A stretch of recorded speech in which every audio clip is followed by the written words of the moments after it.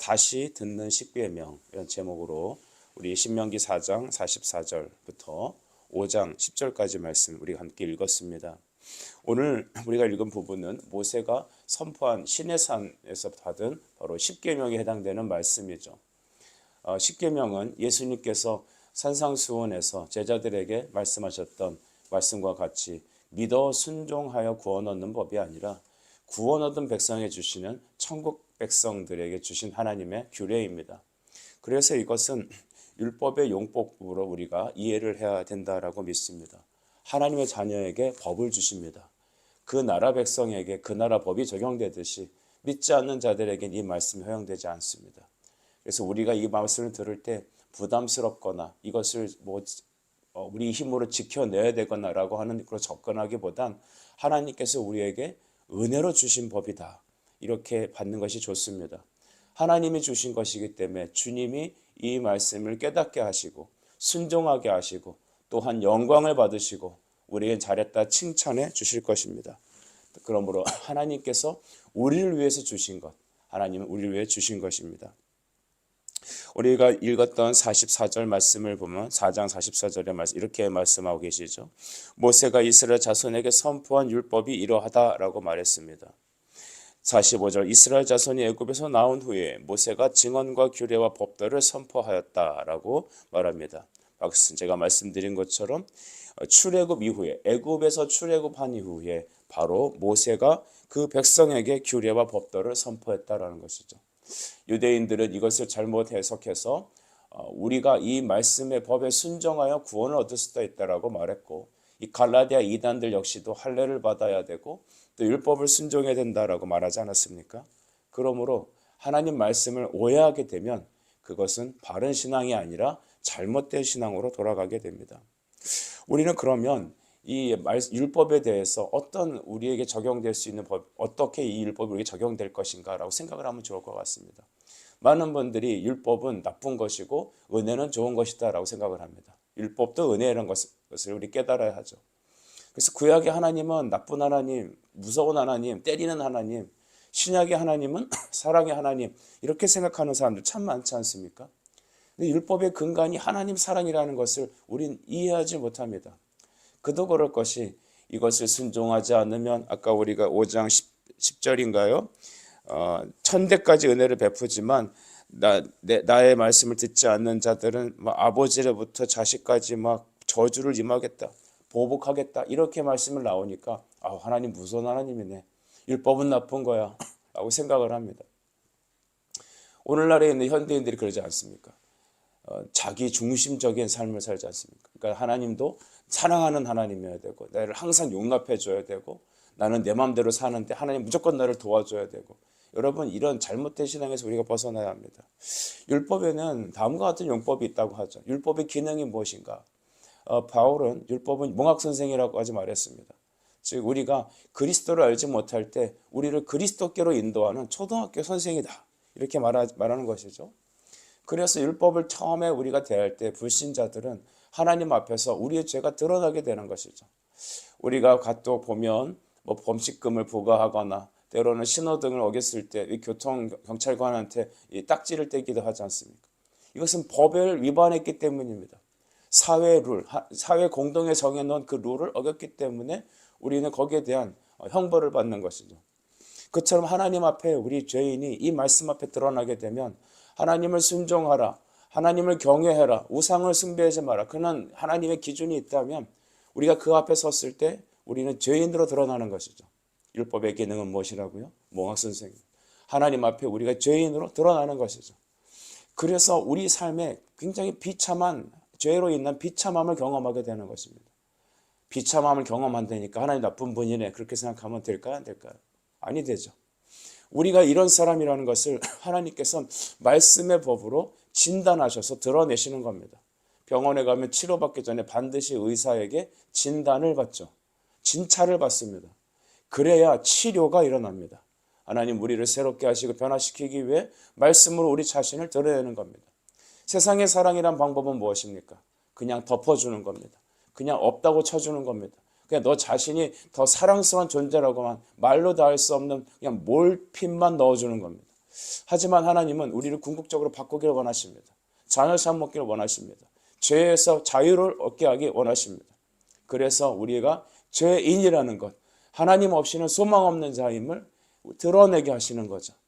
그래서 우리가 그리스도께로 인도하게 한다는 겁니다. 그런데 여기까지만 본다면 우리는 율법을 또 반쪽밖에 모르는 것이죠. 마틴 루터 같은 사람들은 그래서 율법을 악한 것으로 봤습니다. 율법은 필요 없는 것으로 봤죠. 그리스도께 나가기만 하면 된다고 생각한 것이고 하나님의 은혜만을 붙잡게 되었습니다. 하나님만 붙잡으면 이제 더 이상 하나님의 말씀의 법은 필요 없다라고 생각했던 것입니다. 왜 우리가 과거에 그 우주선이 하늘로 올라가면 옆에 있는 그 추진 장치들은 다 떨어져 나가잖아요. 그 본 궤도에 들어가면 이제 이 본체만 슉 날아가지 나머지 이제 잔해들은 다 사라진단 말입니다. 그것처럼 율법이 그런 작용을 한다라고만 생각합니다. 근데 여러분 그것은 반쪽만 맞는 말입니다. 진짜 율법의 중요한 율법은 바로 성도들에게 주어지는 법입니다. 우리 한번 따라할까요? 성도에게 주어지는 법. 시작. 성도에게 주어주는 법. 예, 이것은 은혜의 법입니다. 은혜. 믿어 순종하여 주시는 은총의 법입니다. 여러분 예수 믿고 구원받은 우리 하나님의 성도들에게 하나님이 법을 주십니다. 너는 내 자녀라는 증거죠. 너는 이 세대를 본받지 말고 마음을 새롭게 변화를 받아 하나님께서 선하시고 기뻐하시는 것이 무엇인지 분별하는 그 분별하는 법이 바로 율법의 법이라는 것입니다. 그래서 이제는 그것을 믿음으로 순종할 수 있게끔 하십니다. 은혜의 법을 주시기도 하신 주님이 그것을 믿어 순종하게 하는 데까지 주시는 의지와 깨달음과 또한 말씀의 격려와 성령의 이끄심이 있습니다. 성도들에게 가장 중요한 은혜로운 법은 뭐냐면 우리를 고와 같이 내버려 두지 아니하시고 영원까지 인도하신다는 것입니다. 여러분 이것이 얼마나 큰 축복입니까? 우리 혼자 광야 같은 세상에서 말씀을 따라 순종하든지 말든지 내버려 두는 게 아닙니다. 하나님이 우리를 딱 내버려 두시고 독수리처럼 막 던져놓고 살아남으면 내 새끼, 죽으면 내 새끼 아니고 이렇게 하는 게 아니라는 거죠. 끝까지 붙잡으시는 겁니다. 끝까지 안아주시는 우리의 모든 짐을 안으시는 그리스도이시다. 이것을 우리가 신학적인 용어는 견인이라고 하죠. 우리를 인도하시는 그 하나님의 은혜, 또한 우리가 말씀으로 하나님 말씀 앞에 끝까지 인내하며 주를 따라가게 하는 것. 우리 나중에 천국 가면 우리는 놀라움을 금치 못할 겁니다. 하나님의 모든 것을 다 인도하셨구나. 때로는 침묵하시는 것 같고 내버려 두시는 것 같았는데 나 혼자 바둥바둥 살아가는 것 같았는데 아니라는 거예요. 하나님께서 말씀으로 끝까지 우리를 견인하셨어요. 끝까지 인도하시는 은혜. 그게 바로 율법의 원법입니다. 하나님 말씀을 계속해서 주시는 거죠.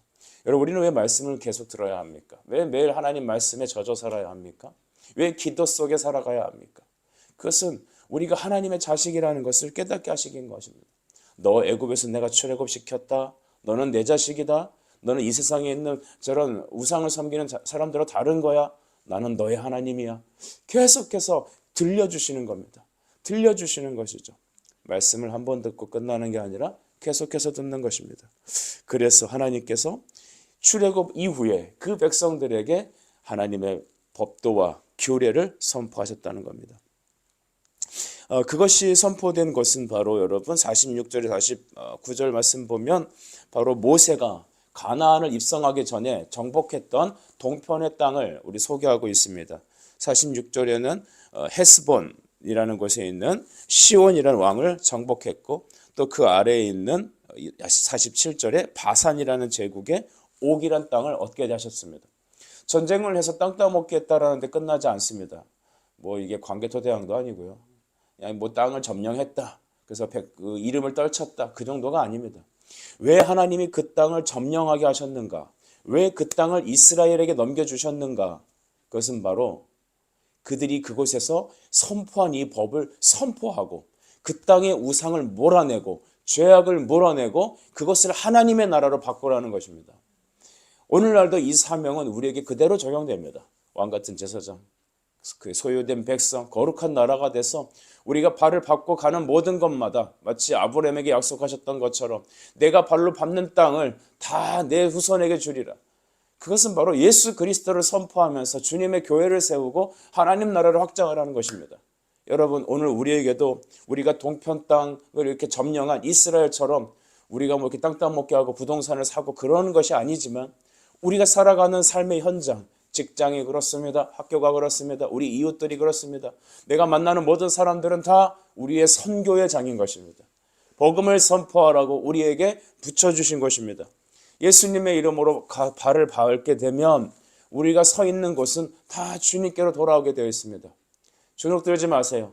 하나님이 왕이십니다. 이 땅의 모든 것은 주님의 것입니다. 이 땅의 모든 재정은 하나님의 것입니다. 여러분 한국 돈은 한국은행 거가 아니라 예수님의 겁니다. 이 땅의 모든 권력은 하나님의 권력입니다.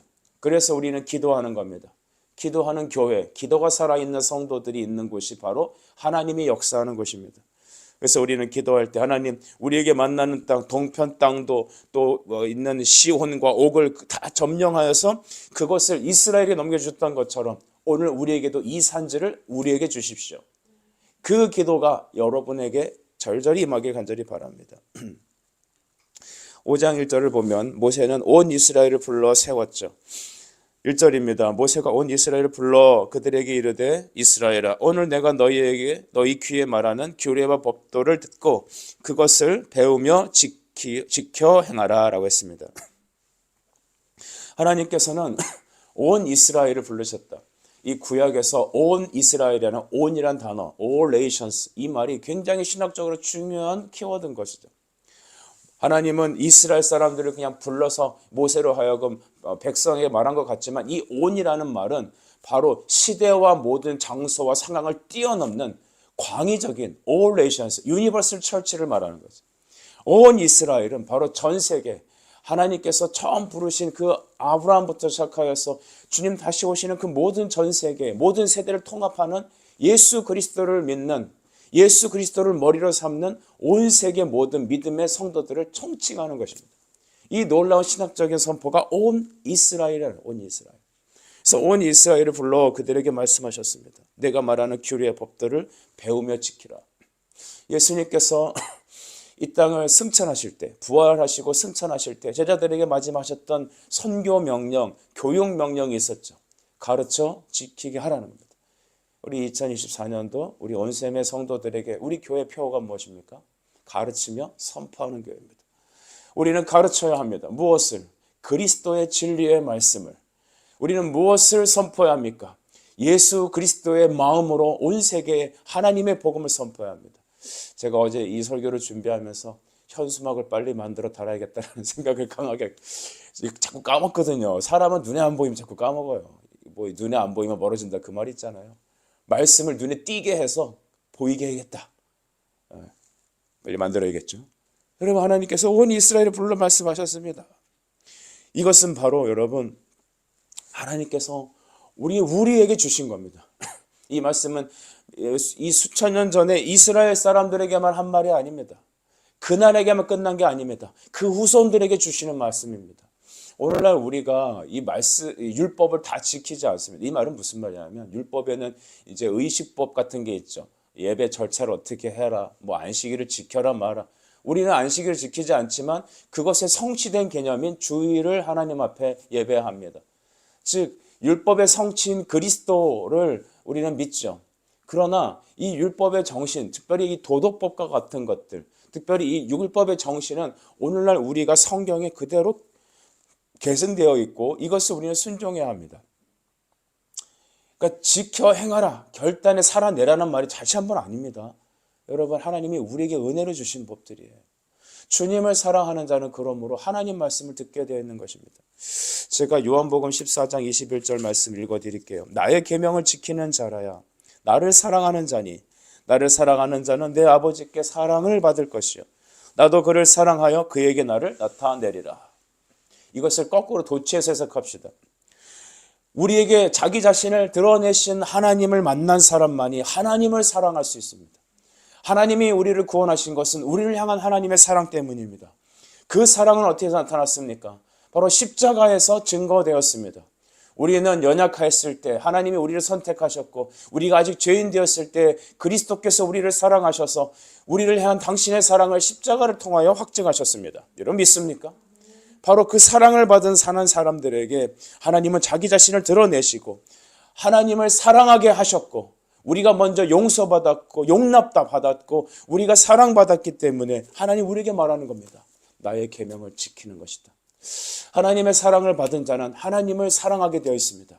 하나님을 사랑하는 사람의 특징은 하나님의 말씀을 기억하고 그 말씀을 쫓고 그 말씀에 순종하고 싶은 마음과 열심과 헌신이 드러나게 되어 있습니다. 그런데 우리의 언약함은 어디 있냐면 이 말씀을 100% 순종하지 못하기 때문에 우리 마음에 애통함이 있고 절절한 고백과 절규가 있습니다. 하나님 말씀에 순종하고 싶다는 겁니다. 하나님 말씀에 다 순종하고 싶고 그의 영광을 드러내고 싶지만 내 마음속에 내 약함이 항상 하나님 앞에 걸림돌이 되고 주님이 주신 사랑과 은혜에 비해서 배은망덕한 우리의 모습이 여전히 드러나지 않습니까? 그래서 우리가 매일 회개하는 겁니다.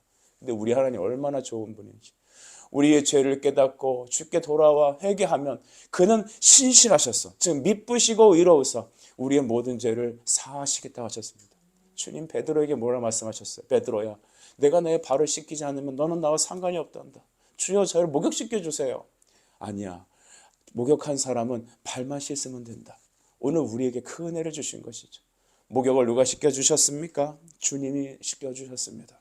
그의 보혈의 피로 우리를 씻으셨습니다. 내가 하나님의 자녀된 그 축복이 얼마나 귀한지. 여러분 낙심됩니까? 여러분 사는 게 재미없습니까? 힘들죠? 그래서 내가 왜 이러고 사나라고 생각하지 마세요. 나는 씻김 받은 사람입니다. 온 이스라엘아 너희는 구원받았지 않느냐. 내가 너를 광야에서 이끌어왔고 내가 너를 저 애굽에서 건져내서 그곳에서 흑암의 권세에서 그 사랑하는 아들의 나라로 옮겼지 않느냐. 너는 내 것이다. 그러니 내가 너에게 사랑을 줬으니 나에게 생명을 줬으니 너는 나를 사랑하거라. 그 사랑의 표현이 뭐라고요? 하나님의 말씀을 사랑하고 그 말씀에 따라 순종하는 거라는 것입니다. 주님 은혜를 주십시오. 이 아침에 기도하는 저와 여러분에게 축복합니다. 주님 은혜를 주셔서 주님 사랑을 깨닫게 해주세요. 성도들이 하나님 앞에 예배하고 주님의 교회를 사랑하고 섬기는 것들은 단 하나밖에 없는 것 같아요. 목사가 칭찬해서가 아니에요. 갈궈서도 아니에요. 여러분 제가 여러분한테 이렇게 섬기지 않으면 지옥 가고 싶어 이렇게 말하면 여러분 좋겠습니까? 그렇게 협박한다고 누가 순종합니까? 그런데 하나님의 사랑을 선포하면 돼요. 예수님을 우리를 얼만큼 사랑하셨는지 우리가 어떤 자였는지를 깨닫게 하면 되는 거예요. 그러면 주님을 향한 사랑이 솟아나고 그 자원적인 심령과 기쁨이 흘러넘치면 하나님을 향해 무엇이든지 할 수 있는 겁니다. 하나님께서는 2절에 호렙산에서 우리와 언약을 세우셨다라고 하셨습니다. 언약을 세우셨대. 우리를 위해 언약을 세우셨다는 겁니다. 여러분 좋은 우리도 한두 번 봤다가 자꾸 배신하고 하면 그 사람 안 보죠. 그렇지 않습니까? 한국 사람들은 3번 좋아하죠. 히브리 사람들이 7번까지 봐준답니다. 우리보다 나이스한 것 같기도 한데 그거나 비슷한 거 아닐까 싶습니다. 사람은 한 번 아니다 싶으면 딱 그냥 끊어버리죠.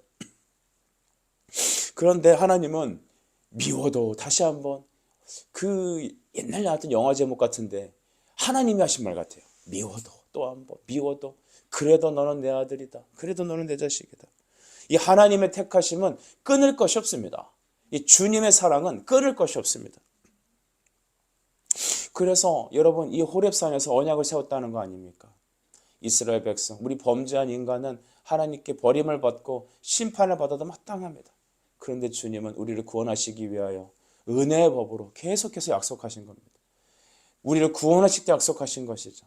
하나님의 약속은 반드시 구원해냅니다. 그래서 하나님의 교회는 실패가 없는 겁니다. 여러분 성도는 망하지 않습니다. 하나님이 지키시기 때문이죠. 이것이 언약의 성격입니다. 하나님이 택하시고 붙잡으시고 하나님은 그래서 우리가 반드시 믿게끔 만들고 순종하게끔 하시고 여러분 반석에 세우고야 마십니다. 그것을 반항하고 계속 내 마음대로 살래요 라고 하면 연단이 길어지는 것이죠. 반드시 하나님은 그렇게 우리를 이끄신다라는 것입니다. 하나님께서는 5절에 보니까 너희가 두려워하며 산에 오르지 못하므로 내가 여호와와 너희 중간에 서서 여호와의 말씀을 너희에게 전하였노라 여호와께서 이르시되라고 말했습니다. 여러분 우리 5절 말씀을 보면 우리가 두려워서 하나님 앞에 설 수가 없었다고 그래요. 죄인은 하나님 앞에 설 수가 없습니다. 내가 왜 구원받아야 되는지 이유도 모릅니다. 그런데 하나님께서 우리를 사랑하셔서 그의 말씀의 현장에 끌어내시고 은혜의 자리를 끌어내시고 구원의 자리로 끌어오십니다. 그런데 하나님이 우리에게 임하시면 불로 심판하실 수밖에 없는 거죠. 모세가 불 가운데 여호와의 말씀을 들었다라고 하잖아요. 그러니까 하나님은 불로 소멸하시는 분이에요. 우리를 태워버리시는 분이에요. 백성은 하나님께 나아갈 필요도 모르고 하나님을 두려워하고 가지도 못하고 하나님은 그의 의로우신 심판의 불로 우리를 살라버릴 수밖에 없습니다. 그래서 중간에 누가 있었습니까? 모세가 하나님께 들어서 백성에게 선언한 것입니다. 이 선지자적 사명을 감당한 거죠. 모세를 보면 그리스도의 직분을 우리가 알 수 있어요. 예수님의 세 가지 직분이 있어요. 여러분 어떻게 하고 계십니까? 그는 왕이세요. 그는 자기 자신을 제물로 드리신 의로운 제사장이세요. 그리고 우리에게 말씀하시는 그의 말씀으로 우리에게 전달하시는 중보자 그리스도 선지자이십니다. 그러니까 모세를 보면 모세가 마치 대리자가 돼서 우리에게 말씀을 전했다. 그러니까 우리가 목사를 갖다 이렇게 대하면 안 되는 겁니다. 물론 목회자는 하나님 말씀을 대신 선포하고 가르치는 직분이 있습니다만 제사장적, 모세적인 선지자의 역할을 하는 게 아닙니다. 선지자적 역할은 있지만 선지자는 아니라는 겁니다. 예수님이 아닙니다. 목회자는 하나님의 대리자가 아닙니다. 교황이 아니라는 것이죠. 오늘날 목회자를 보기는 모하게 보는 이 시대적인 풍토도 매우 악한 것이지만 그러나 목회자가 그리스도의 대리자로서 하나님의 대리자로서 내 아래 무릎 꿇어라. 너 나에게 잘해야 축복받는다. 이렇게 변장된 위장수를 하게 되면 그거 역시도 잘못된 것이라는 것이죠. 여러분 모세는 예수 그리스도를 나타내는 겁니다. 예수님의 중보자적 사역을 말하는 것입니다. 우리 디모데전서 2장 5절 말하잖아요. 하늘과 땅의 유일한 중보자는 누구시다? 그죠? 예수 그리스도 주시다라는 겁니다. 그러므로 그에게 나가요. 그의 말씀을 들어야 합니다. 목회자는 예수를 선포해야 합니다. 성도들은 예수님을께로 나아가야 합니다. 목사 믿지 말고 예수 믿으십시오. 여러분 믿음 좋은 사람 따라가지 마시고 하나님 말씀을 따라가십시오. 우리는 다 중간적인 역할입니다. 바로 모세가 하나님의 두려운 불 가운데 임하신 하나님의 말씀을 받아 백성에게 선포한 자, 즉 우리의 유일하신 중보자 예수 그리스도를 말하는 겁니다. 여러분 예수님 따라가면 그의 말씀 들을 수 있어요. 하나님 말씀 순종할 수 있습니다. 그리스도와 하나 될 때 우리는 하나님께 온전하다 인정을 받고 너의 행위와 존재 모든 것이 선하다라고 인정을 받습니다. 그러니 이 아침에 그리스도와 연합하는 여러분들에게 간절히 바랍니다. 마지막 10절은 이렇게 말하죠. 나를 사랑하고 내 계명을 지키는 자에게는 천대까지 은혜를 베푸느니라.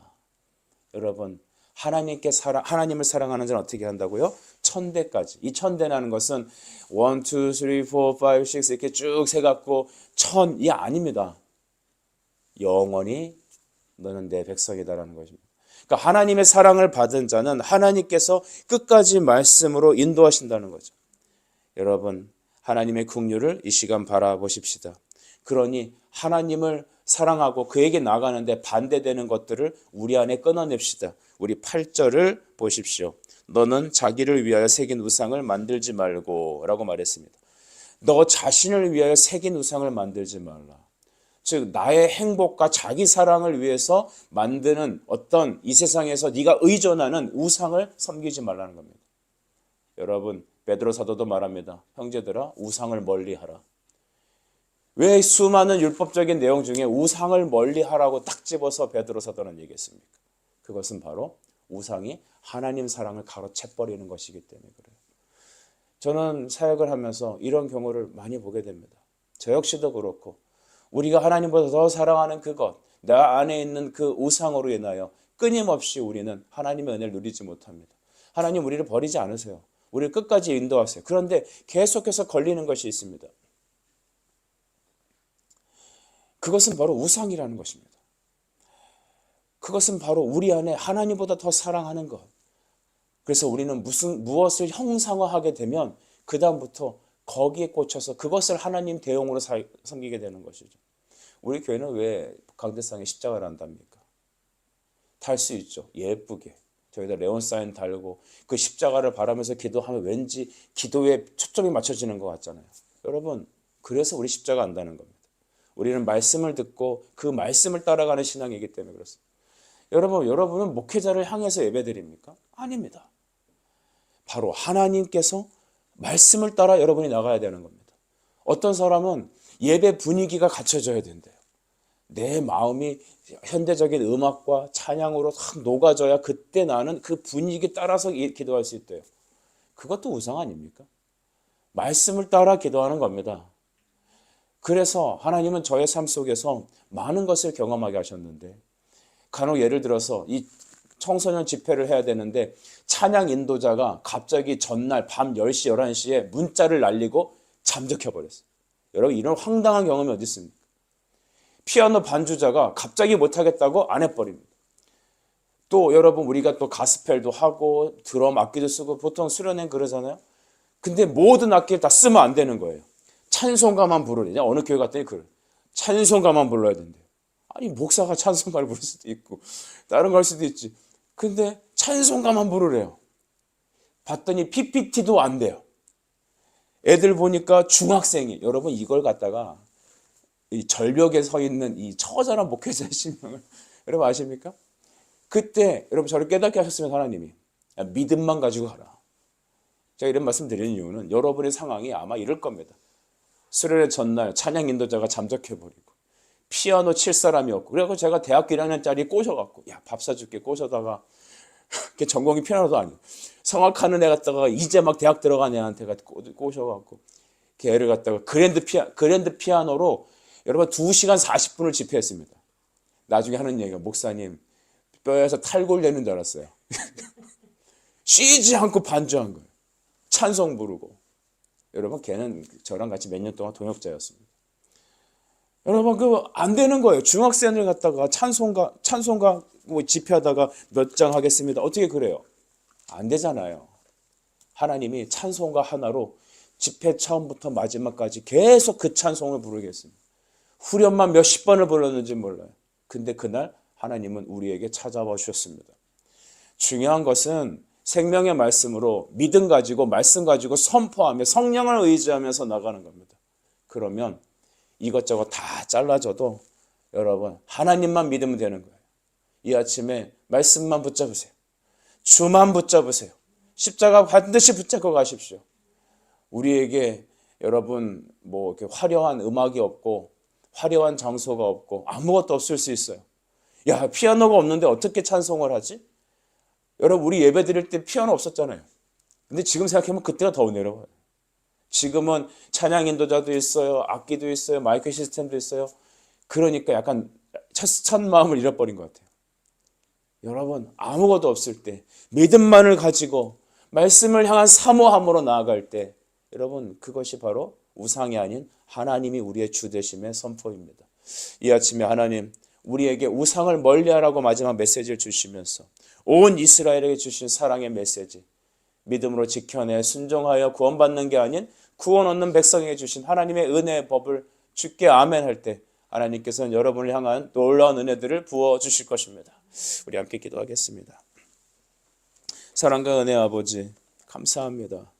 이 아침에 다시 우리에게 십계명의 말씀을 듣게 하신 주님, 우리를 사랑하셔서 구원하시고 우리의 중보자이신 예수께서 우리에게 날마다 주신 하나님의 은혜의 법들, 우리의 힘으로 지켜내는 것이 아닌 믿음으로 순종할 수 있도록 주여 이 아침에 성령의 은혜를 우리에게 부어 주시옵소서. 예수님의 이름으로 기도드립니다. 아멘.